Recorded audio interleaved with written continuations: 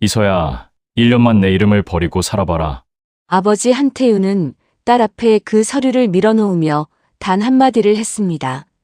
이서는 그날 밤 손목에 금팔찌를 서랍 안에 넣어두고 낯선 동네로 향하는 짐을 쌌습니다. 25살의 한이서는 아버지가 건넨 서류 봉투 하나로 자신이 살아온 세계가 얼마나 얇은 유리 위에 놓여 있었는지를 알게 됐습니다. 봉투 안에는 지난 2년 동안 그녀에게 접근한 남성 11명의 이름과 목적이 적혀 있었고, 그 중에는 이서가 마음을 줬던 사람도 있었습니다.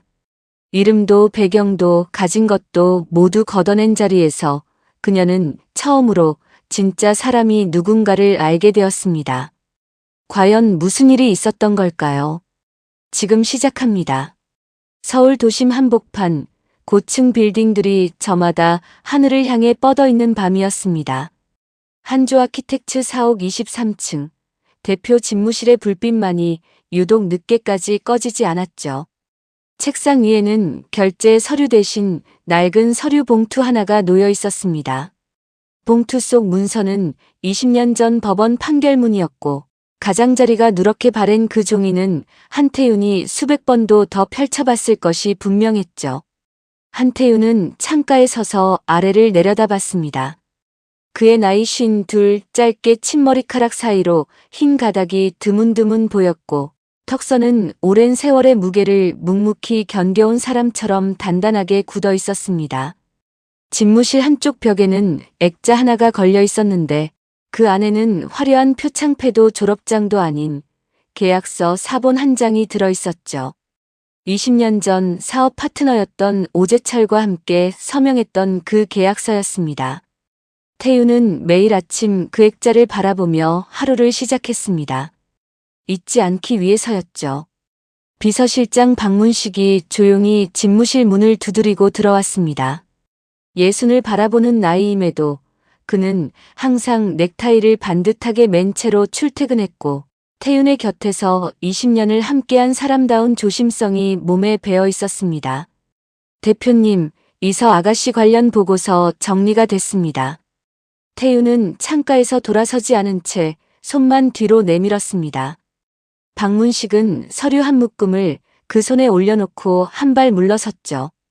보고서에는 지난 2년 동안 한이서에게 접근한 남성 11명의 이름과 직업 접근, 동기가 빼곡하게 적혀 있었습니다. 태윤은 장을 넘길 때마다 입술을 더욱 굳게 다물었습니다. 11명 중 단 한 명도 딸 이서 그 자체를 보고 다가온 사람은 없었습니다. 회사 지분, 인맥, 부동산, 혹은 태윤의 이름 뒤에 붙는 무형의 권력. 그것들이 목적이었고, 이서는 그 목적을 이루기 위한 수단에 불과했죠. 태윤이 보고서를 덮고 책상 앞에 앉았습니다. 그는 잠시 손가락으로 책상 모서리를 두드리다가 박문식을 바라봤습니다. 이서한테 직접 보여줄 거야. 박문식은 말없이 고개를 끄덕였습니다. 그것이 옳다거나 틀리다거나 하는 의견을 낼 사람이 아니었습니다. 20년 동안 그는 태윤의 결정을 실행하는 사람이었고, 그 관계는 둘 다에게 편안했죠. 다음 날 저녁 태윤은 한강이 내려다 보이는 자택 거실에서 딸 이서를 기다렸습니다. 한이서는 25살 어머니를 닮아 이목구비가 뚜렷했지만 눈빛만은 아버지를 그대로 빼닮아 흔들림이 없었습니다. 그녀는 보석 디자인 스튜디오 일을 마치고 온 참이었고, 손목에는 자신이 직접 만든 얇은 금팔찌가 감겨 있었습니다. 태윤은 아무 말 없이 보고서를 테이블 위에 내려놓았습니다. 이서는 보고서를 펼쳐들었습니다. 첫 장을 읽는 동안 표정이 굳었고, 세 번째 장쯤에 이르렀을 때 손가락 끝이 미세하게 떨렸습니다. 보고서 속 남성 중 2명은 이서가 스스로 호감을 가졌던 사람들이었기 때문입니다. 한 명은 지인의 소개로 만나 3번이나 식사를 함께했던 남자였죠. 이서는 마지막 장을 덮고 잠시 시선을 내렸습니다. 태윤은 그제야 입을 열었습니다. 1년 만이다. 내 이름도 내일도 다 내려놓고 살아봐라. 사람이 어떻게 사람을 보는지 그걸 내 눈으로 직접 확인해야 한다. 이선은 바로 대답하지 않았습니다. 창밖의 강물이 도시의 불빛을 받아 반짝이고 있었고 거실에는 두 사람 사이의 침묵만이 오래 머물렀습니다. 이서가 천천히 고개를 들어 아버지를 바라봤을 때 태윤의 눈에는 명령도 도 아닌 오래된 두려움 같은 것이 담겨 있었습니다. 딸만은 자신처럼 사람에게 상처받지 않기를 바라는 아버지로서의 두려움이었죠. 이서는 그것을 알아봤습니다. 그리고 조용히 고개를 끄덕였습니다. 결정이 내려진 날로부터 이서는 꼭 3주를 준비에 쏟았습니다. 스튜디오 이서, 아뜰리에의 열쇠를 수서. 어시스턴트 조여진에게 건네던 날, 이서는 평소와 다름없는 얼굴로 사무적인 인수인계를 마쳤습니다. 조여진은 눈치가 빠른 사람이었지만 이서가 건넨 설명 이상을 캐묻지 않는 선을 알고 있었습니다. 이서는 당분간 개인 사정으로 자리를 비운다고만 했고 조여진은 그 말을 그대로 받아들였죠. 그날 오후 이서는 미용실 의자에 앉아 허리까지 내려오던 머리카락이 잘려나가는 것을 거울로 지켜봤습니다. 가위질이 끝나자 귀 아래로 단발이 남았고 거울 속 사람은 낯설었습니다. 이서는 고개를 한번 좌우로 돌려본 뒤 자리에서 일어났습니다. 미용실을 나오며 들른 안경점에서는 도수가 없는 뿔테 안경을 골랐습니다. 가장 평범해 보이는 것으로 골랐죠. 아버지 태윤은 비서실장 방문식을 통해 서울 은평구 응암동 일대를 위장 거주지로 정해두었습니다. 그곳은 소규모 목공 공방들이 골목골목에 자리한 조용한 동네였고 오래된 카페와 철물점과 세탁소가 사이좋게 늘어선 곳이었습니다. 번화가와는 거리가 멀었고 사람들은 서로의 얼굴을 알고 지내는 분위기였죠. 이서에게는 낯선 세계였습니다. 방문식은 그 동네 초입에 자리한 카페 나무결의 서빙 직원 채용 공고가 게시되도록 미리 손을 써두었습니다. 이서는 이소희라는 이름으로 지원서를 썼고 부모님이 일찍 돌아가셔서 혼자 상경한 지방 출신 여성이라는 배경을 만들었습니다. 글씨는 일부러 조금 삐뚤게 썼습니다. 그것조차 연습이 필요했죠. 이사 당일 이서는 낡은 캐리어 2개와 박스 3개를 들고 응암동 골목 끝 원룸 앞에 섰습니다. 4층짜리 빌라의 2층, 창문 하나짜리 방이었습니다. 박스를 계단에서 끌어올리느라 끙끙대고 있을 때 맞은편 호실 문이 열리며 50대 여성이 고개를 내밀었습니다. 혼자예요? 이리 줘봐요. 임선옥이었습니다. 그녀는 인사도 끝나기 전에 박스 하나를 집어들었고 이서가 말릴 틈도 없이 계단을 올랐습니다. 임선옥은 이 동네에서 15년째 살고 있는 사람으로 누가 언제 이사 왔는지 어느 가게 사장이 바뀌었는지를 동네 그 누구보다 먼저 아는 사람이었습니다. 아는 것이 많은 만큼 말도 많았지만 사람을 해코지할 줄 모르는 성격이었죠. 이서는 임선옥 덕분에 짐을 빠르게 정리했습니다. 임선옥은 짐을 나르면서 동네 이것저것을 설명해줬습니다. 어느 슈퍼가 신선하고 어느 세탁소가 바가지를 씌우며 목공 단지 쪽 골목은 밤에 어둡다는 것까지 쏟아냈습니다. 이서는 듣는 척 고개를 끄덕이면서 이 사람이 앞으로 이 생활에서 꽤 중요한 사람이 될 것 같다는 생각을 했습니다. 짐 정리가 끝나고 임선옥이 돌아간 뒤 이서는 텅 빈 방 한가운데 앉았습니다. 창문 너머로 골목 가로등이 하나 켜졌고 어디선가 고양이 우는 소리가 들렸습니다. 이서는 가방 속 깊이 손을 넣어 체크카드 한 장을 꺼냈습니다. 아버지가 건넨 것이었고 월 50만 원이 자동 충전되는 카드였습니다. 이서는 그것을 서랍 맨 아래 칸에 넣어두었습니다. 쓰지 않을 생각이었습니다. 적어도 버틸 수 있는 한은 그렇게 하고 싶었죠. 이서는 누운 채로 천장을 바라봤습니다. 내일부터 자신은 이소희였습니다. 보석 디자이너가 아니라 아무것도 모르는 서빙 알바생이었습니다. 그 사실이 두렵다기보다는 이상하게 가슴 한쪽이 서늘했습니다. 오랫동안 자신을 둘러싸고 있던 무언가가 거쳐나간 것 같은 느낌이었죠. 그것이 안도인지 외로움인지 그날 밤에 이선은 아직 알지 못했습니다. 카페 나무결은 목공 단지로 이어지는 골목 초입에 자리하고 있었습니다. 간판은 나무판에 직접 글씨를 새긴 것이었고 페인트가 군데군데 벗겨져 있었지만 아무도 고칠 생각을 하지 않는 눈치였습니다. 문을 열면 원두 볶는 냄새가 먼저 손님을 맞았고 테이블마다 나뭇결이 살아있는 상판이 깔려 있었습니다. 30개 남짓한 좌석은 늘 비슷한 얼굴들로 채워졌죠. 사장 최병준은 예순을 눈앞에 둔 사람으로 퇴직 교사 출신답게 말수가 적고 원칙이 분명했습니다. 직접 고른 원두를 직접 볶아 쓰는 고집이 있었고 메뉴판을 바꾸자는 말에는 귀를 닫는 사람이었습니다. 귀찮은 것을 싫어했지만 손님에 대한 예의만큼은 타협하지 않았습니다. 그런 그가 카페 경험이 전혀 없는 이소희를 채용한 것은 순전히 타이밍 때문이었습니다.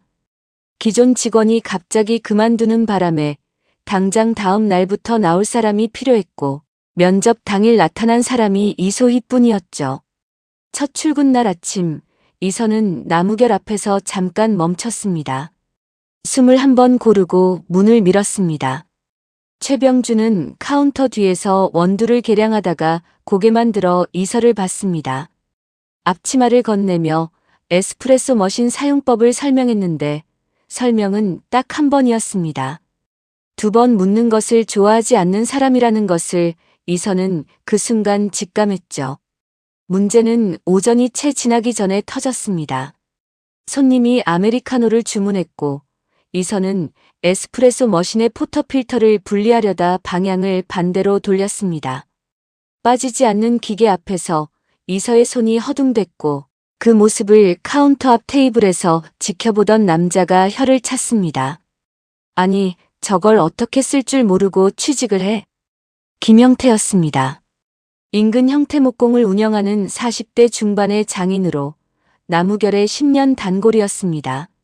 목소리가 크고 생각이 입보다 느린 편이었지만 아기가 있는 사람은 아니었습니다. 그저 답답한 것을 참지 못하는 성격이었죠. 이선은 김영태를 바라봤다가 시선을 내리고 조용히 고개를 숙였습니다. 변명하지 않았고 자리를 피하지도 않았습니다. 최병준이 카운터 안으로 들어와 직접 머신을 작동시키며 상황을 수습했습니다. 사흘째 되는 날에는 더 큰 사고가 났습니다. 점심 무렵 손님 4명이 각자 다른 음료를 주문했고 이선은 주문서에 메뉴를 잘못 옮겨 적었습니다. 음료 4잔이 모두 완성된 뒤에야 오류가 발견됐습니다. 최병준은 낮고 단호한 목소리로 이서를 불러 주의를 줬습니다. 카페 안에 있던 손님들의 시선이 일제히 이서에게 쏠렸죠. 그때 구석자리에서 혼자 커피를 마시던 젊은 남자가 자리에서 일어났습니다.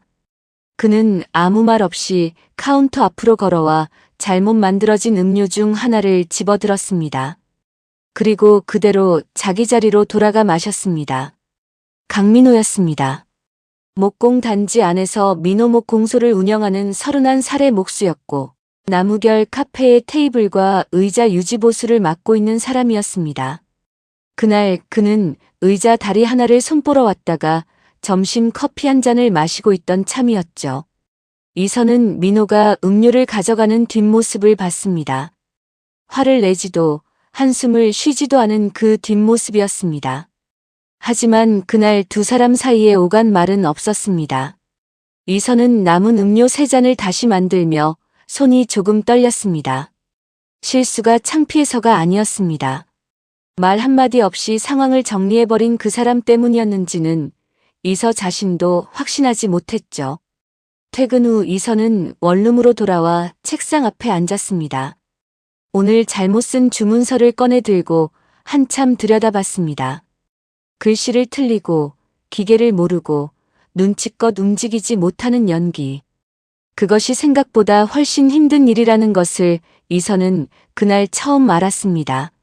무능한 척하는 것이 진짜 무능한 것보다 더 많은 에너지를 쓴다는 사실이 이상하게 느껴졌죠.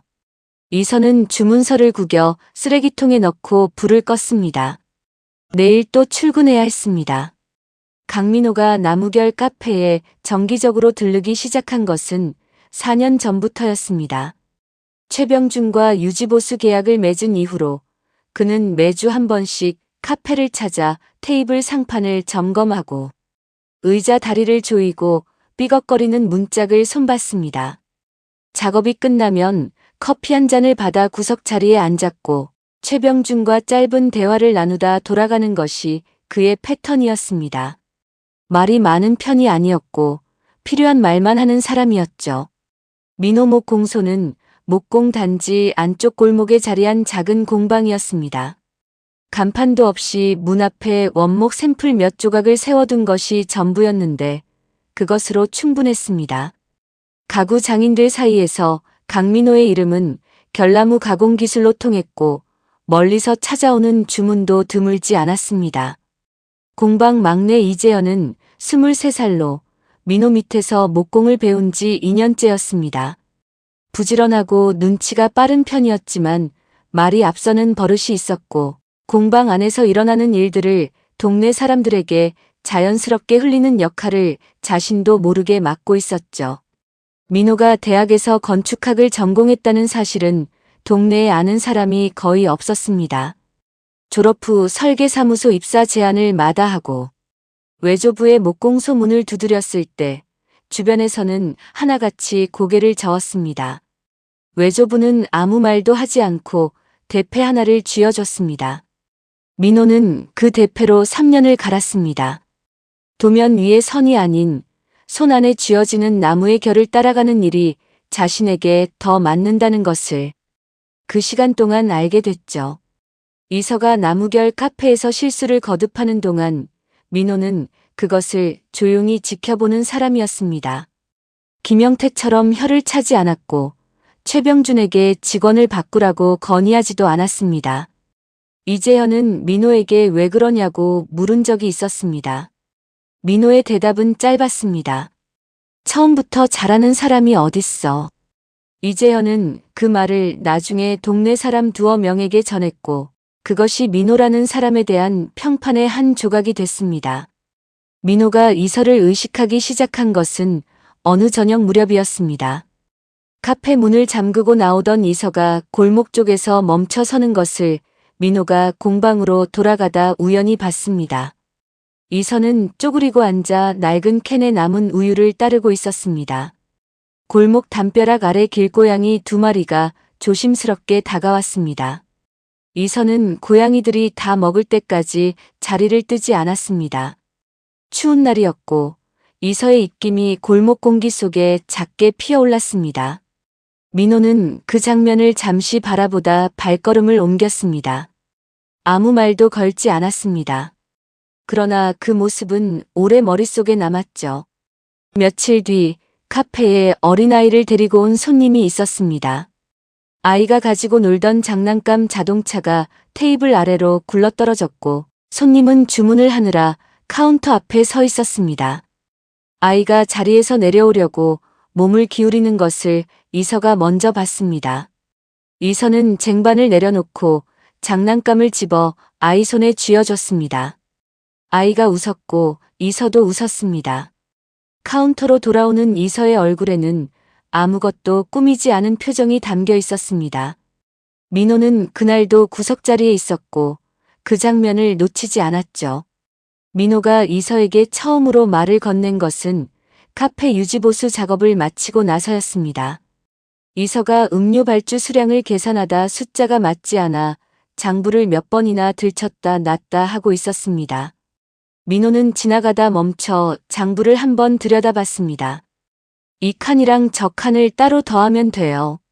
한꺼번에 보려니까 헷갈리는 거예요. 이서는 고개를 들어 민호를 봤습니다. 민호는 설명을 마치자마자 공구 가방을 들고 카페를 나갔습니다. 길게 머물지 않았고 대단한 말을 한 것도 아니었습니다. 그런데 이서는 그 짧은 말이 이상하게 마음에 걸렸습니다. 핀잔이 아니었기 때문이었죠. 가르치려는 것도 아니었습니다. 그저 막힌 곳을 짚어주고 간 것이었습니다. 이서는 민호가 나간 문을 잠깐 바라보다가 다시 장부로 눈을 내렸습니다. 숫자는 이번에는 맞았습니다. 이서가 나무결에서 일한 지 5달이 지날 무렵 동네 사람들 사이에서 이소희에 대한 평이 두 갈래로 나뉘어 있었습니다. 하나는 김영태처럼 답답함을 숨기지 않는 쪽이었고, 다른 하나는 임선옥처럼 성실하고 불평이 없다고 보는 쪽이었습니다. 어느 쪽이든 이소희라는 사람이 이 골목에 자리를 잡았다는 것만큼은 모두가 인정하는 분위기였죠.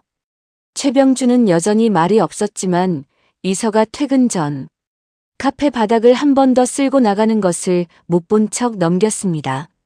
그것이 최병준식의 인정이었습니다. 이재현은 공방 일을 마치고 카페에 들를 때마다 이소희 이야기를 꺼냈고 민호는 듣기만 했습니다. 동네는 작았고 사람들은 서로의 일상을 조금씩 알고 있었습니다. 이질적인 인물이 나타난 것은 그 무렵이었습니다.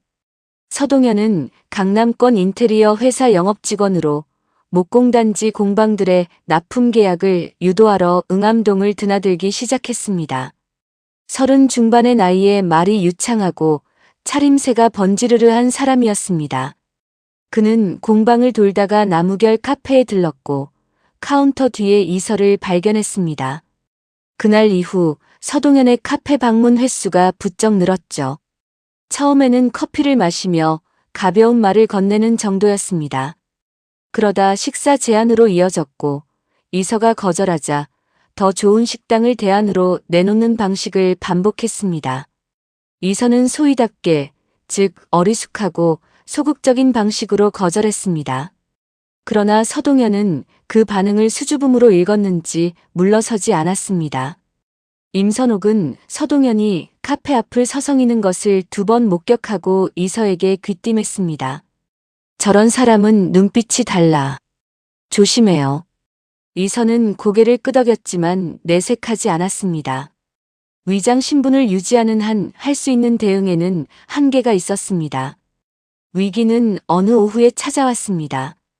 카페 안에 손님이 드문 시간이었고 서동현이 들어와 카운터 앞에 팔꿈치를 올리고 섰습니다.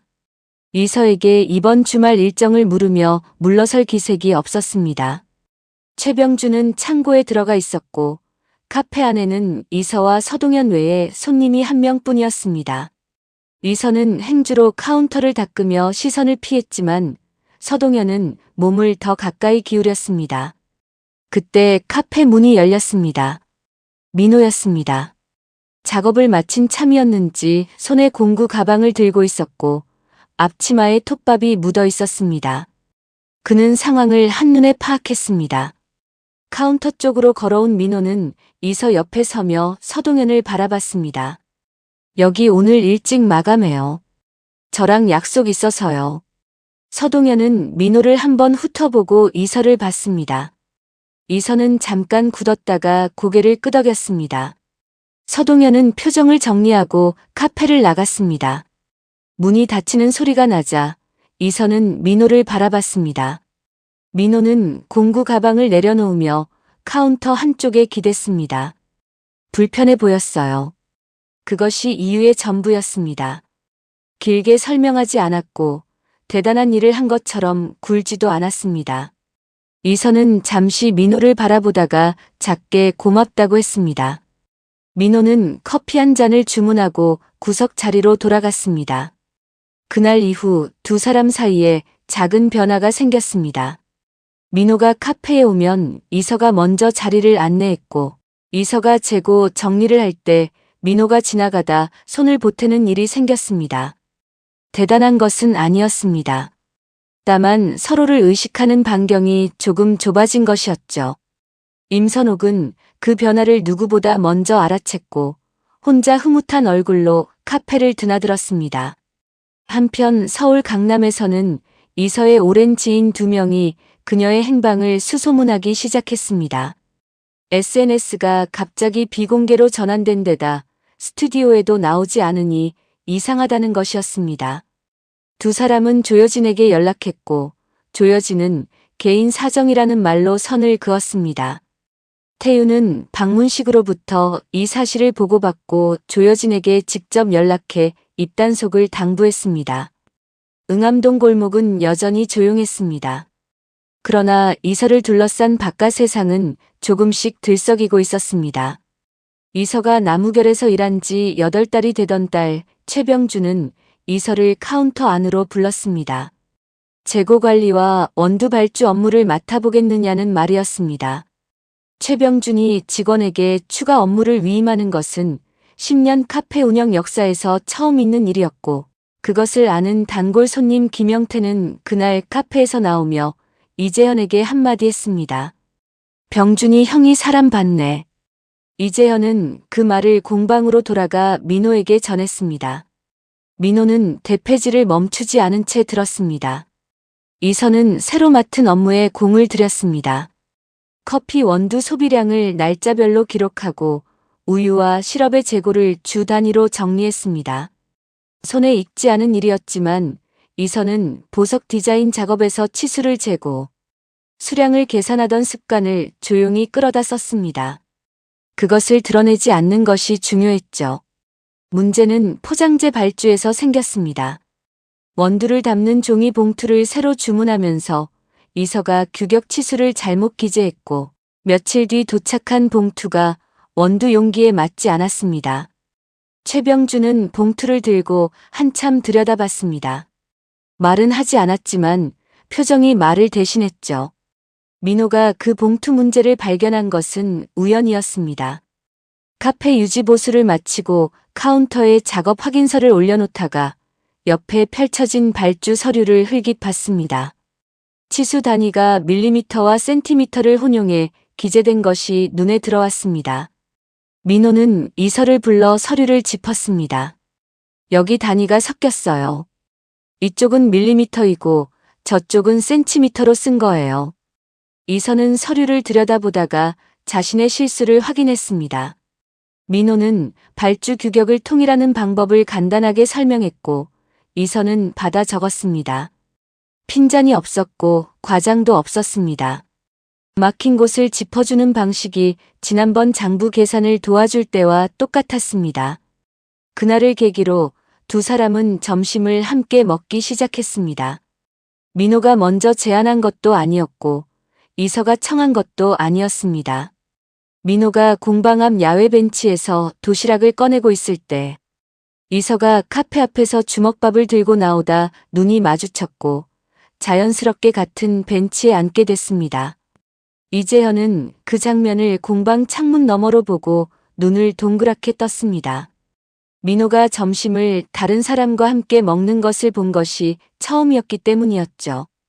벤치에서의 대화는 길지 않았습니다. 나무 이야기, 날씨 이야기, 골목 끝 새로 생긴 분식집 이야기였습니다. 그러나 이서는 그 짧은 시간이 이상하게 편안했습니다. 무언가를 증명해야 한다는 긴장이 없었습니다. 이소희로 사는 동안 처음으로 느끼는 감각이었죠. 위협은 예상치 못한 방향에서 왔습니다. 어느 오후 카페 문이 열리며 젊은 여성이 들어왔습니다. 박세진이었습니다. 이서의 대학 동창으로 같은 디자인 과를 나온 사이였습니다. 박세진은 인근에 볼 일이 있다가 카페를 우연히 발견하고 들어온 참이었습니다. 이서는 카운터 뒤에서 박세진과 눈이 마주치는 순간 즉각 몸을 돌렸습니다. 자연스럽게 주방 쪽으로 걸음을 옮기며 냉장고 문을 열었습니다. 박세진이 카운터 앞으로 걸어오기 전에 최병준이 계산대 앞에 섰고 박세진의 주문을 받았습니다. 이서는 냉장고 안을 들여다보는 척하며 박세진의 목소리를 들었습니다. 박세진은 주문을 마치고 창가 자리에 앉았습니다. 이서는 주방에서 음료 준비를 도우며 박세진이 자리에 앉는 것을 유리창 반사로 확인했습니다. 박세진은 음료를 받아 마시며 스마트폰을 들여다봤고 이서 쪽으로 다시 시선을 주지 않았습니다. 15분쯤 지나 박세진이 카페를 나갔습니다. 이서는 그제야 숨을 내쉬었습니다.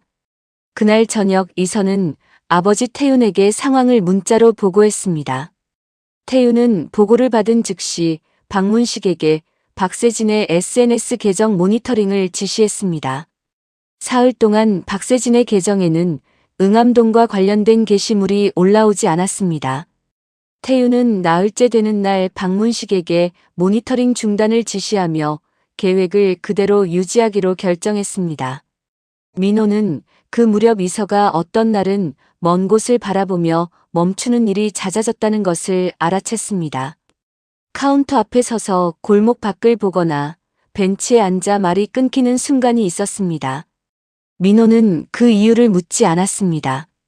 사람에게는 저마다 혼자 안고 있는 것이 있다는 것을 알고 있었기 때문이었죠. 그는 그저 그 옆에 조용히 있었습니다. 그것이 민호가 할 수 있는 방식이었습니다. 1년의 약속이 끝나가던 달 태우는 집무실에서 박문식이 건넨 서류 봉투를 받았습니다.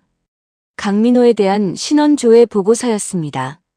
사업자 등록 이력, 외조부 도제 수업 경력, 금융 채무 없음, 전과 없음. 태우는 그 보고서를 한 번 읽고 덮었다가 다시 펼쳤습니다. 2번, 3번을 반복했습니다. 서류 내용 때문이 아니었습니다. 서류 안에서 찾을 수 없는 것을 찾으려는 것 같았죠. 태우는 결국 박문식에게 민호를 사옥으로 초대하는 공식 서한을 보내도록 지시했습니다. 서한에는 설계 자문 관련 면담이라는 명목이 적혔습니다. 박문식은 서한을 발송하면서 태윤에게 한 가지를 확인했습니다. 이서에게도 그날 자리에 함께하도록 할 것인지였습니다. 태윤은 잠시 생각하다가 고개를 끄덕였습니다. 민호는 서한을 받고 발신인 이름을 2번 확인했습니다. 한조 아키텍츠 대표 한태윤. 이소희의 성이 한씨라는 것을 민호는 알고 있었습니다. 그는 이재현에게 건축사무소 자문 요청이 들어왔다고만 말하고 혼자 사옥을 찾아갔습니다. 작업복 대신 꺼내 입은 셔츠는 오래됐지만 깨끗했습니다. 한조 아키텍츠 사옥 로비는 민호가 드나들던 응암동 골목과는 전혀 다른 세계였습니다. 천장이 높았고 바닥은 넓은 원목 패널로 마감되어 있었습니다. 민호는 로비를 가로지르며 바닥 마감재의 수종을 눈으로 가늠했습니다. 오크였습니다. 결이 고르고 시공이 단정했죠. 박문식이 민호를 안내한 곳은 23층 회의실이었습니다. 문이 열리자 태윤이 상석에 앉아 있었고 그 옆자리에 이서가 있었습니다. 단발머리도 뿔테 안경도 없었습니다. 긴 머리를 단정하게 내린 이서는 응암동의 이소희와 같은 사람이었지만 전혀 다른 사람처럼 보였습니다. 민호는 문 앞에서 잠깐 멈췄습니다. 그러나 표정은 바뀌지 않았습니다. 태윤은 민호에게 자리를 권하고 곧바로 본론을 꺼냈습니다. 이소희의 실제 이름이 한이서이며 자신의 딸이라는 것. 지난 1년은 딸의 혼처를 알아보기 위해 계획한 시간이었다는 것. 그 자리에서 민호를 만나게 된 이유가 무엇인지는 굳이 설명하지 않아도 민호가 알 것이라는 것. 태윤의 말은 군더더기가 없었고 감정을 앞세우지 않았습니다. 이서는 그 말을 들으며 테이블 위에 올린 손을 가만히 내려다봤습니다. 민호는 태윤의 이야기를 끝까지 들었습니다. 중간에 끊지 않았고 놀란 기색을 드러내지 않았습니다. 태윤이 말을 마치고 민호를 바라봤을 때 민호는 잠시 생각을 고른 뒤 입을 열었습니다. 저는 그 사람이 어떤 날은 실수를 하고 어떤 날은 길고양이 밥을 챙기는 것을 봤습니다. 화가 나도 남한테 쏟지 않는 사람이라는 것도 알고 있습니다. 태윤은 민호의 말을 들으며 눈을 가늘게 떴습니다. 이서의 집안이나 재산에 대한 말이 단 한마디도 없었습니다. 태윤이 예상했던 반응과는 달랐습니다. 달라도 너무 달랐죠. 태윤은 민호에게 앞으로의 의향을 물었습니다. 민호는 자신이 건축을 공부하고도 목수가 된 이유를 먼저 꺼냈습니다. 설계된 도면보다 손으로 만들어 누군가의 삶에 실제로 쓰이는 것을 만들고 싶었다고 했습니다. 그 다음에 이서를 바라보며 한마디를 덧붙였습니다. 사람도 마찬가지라고 생각합니다. 어떤 사람인지가 중요한 거지 어디서 왔는지가 먼저가 되면 안 된다고 봅니다. 이서는 고개를 들어 민호를 봤습니다. 민호는 이서를 바라봤습니다. 두 사람 사이에 말이 없었지만 그 침묵은 어색하지 않았습니다. 태유는 면담을 마무리하고 민호를 먼저 귀가시켰습니다. 방문식이 민호를 로비까지 안내하는 동안 태유는 혼자 회의실에 남았습니다. 그는 벽에 걸린 액자 대신 창밖을 바라봤습니다. 20년 동안 단 한 번도 쉽게 열지 않았던 문이 오늘 처음으로 조금 열린 것 같았습니다. 그 문은 사람에 대한 신뢰였습니다. 태유는 그것을 오래 잃고 살았다는 것을 그날에야 비로소 인정했죠. 이선은 그런 아버지의 옆모습을 조용히 바라봤습니다. 아무 말도 하지 않았습니다. 그것으로 충분했습니다. 면담이 끝난 다음 날 아침, 태유는 출근하자마자 방문식을 불렀습니다. 이서 아뜰리에의 사업자 등록 상태를 원상 복구하고 보류 중인 행정 서류를 정리하라는 지시였습니다. 방문식은 수첩에 받아 적으며 한 가지를 확인했습니다. 이서 본인에게도 알렸느냐는 것이었습니다. 태유는 내가 먼저 처리하고 나서 이서한테 연락하라고 했습니다. 딸이 스스로 돌아올 준비가 됐을 때 문이 열려 있어야 한다는 생각이었죠. 이서는 그날 오전 응암동 원룸에서 조여진에게 전화를 걸었습니다. 복귀 의사를 밝히는 통화였는데 이서의 목소리가 평소보다 낮고 차분했습니다. 조여진은 반가움을 감추지 못하면서도 곧바로 실무 이야기로 넘어갔습니다. 밀린 협업 제안이 23건이었고 그중 3건은 답변 기한이 임박해 있었습니다. 이선은 받아 적으며 고개를 끄덕였습니다. 1년 전과 달라진 것이 있다면 그 숫자가 이제 반갑지 않다는 것이었습니다.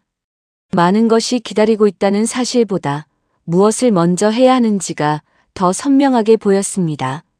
이서가 응암동을 떠나기 전날 저녁 민호는 카페 앞 골목에서 이서를 기다렸습니다.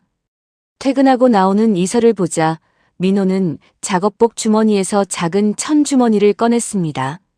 손바닥보다 조금 작은 크기였고 주머니를 열자 나무 브로치 하나가 나왔습니다. 호두나무로 깎은 것이었고 나뭇잎 모양이었습니다. 결을 살려 다듬은 표면이 골목 가로등 불빛 아래 부드럽게 빛났습니다. 민호는 그것을 이서의 손 위에 올려놓으며 한마디 했습니다. 잘 가요. 2글자였습니다. 그러나 그 2글자 안에는 1년치의 시간이 담겨 있었습니다. 이서는 브로치를 손 안에 쥐고 민호를 바라봤습니다.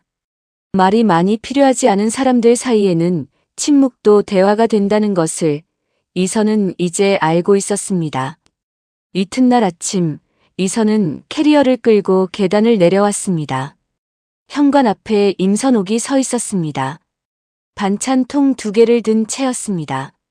깍두기와 콩자반이었고 이서가 좋아한다는 것을 임선옥은 언제 알았는지 기억도 나지 않았습니다. 임선옥은 반찬통을 캐리어 위에 올려주며 이서의 손에서 연락처를 받아 적었습니다. 앞으로도 연락하겠다는 말을 덧붙였는데 그것은 인사치레가 아니었습니다. 임선옥이 하는 말은 원래 인사치레가 없었죠. 나무결 카페에서의 마지막 출근은 전날 이미 끝냈습니다. 이서가 퇴직 의사를 밝히자 최병준은 잠시 이서를 바라보다가 알겠다고 했습니다. 표정에는 아무것도 없었습니다. 그러나 이서가 떠난 다음 날 최병준은 메뉴판 맨 아래 귀퉁이에 작은 메모를 붙였습니다. 이소희, 근무 기간을 적은 메모였습니다. 찾는 사람도 없고 설명할 생각도 없는 메모였습니다. 최병준이 혼자 하는 방식의 작별이었죠. 이재현은 민호에게서 이서의 실제 신원을 전해 들었습니다. 한동안 입을 다물지 못했습니다. 민호는 이재현의 어깨를 한번 두드리며 동네에 퍼뜨리지 말라고 당부했습니다. 이재현은 고개를 끄덕였고 그 약속을 지켰습니다. 응암동 골목은 이소희가 사실은 누구였는지 끝내 알지 못한 채로 일상을 이어갔습니다. 강남으로 돌아온 이서는 스튜디오 책상 앞에 앉아 새 컬렉션 기획안을 펼쳤습니다.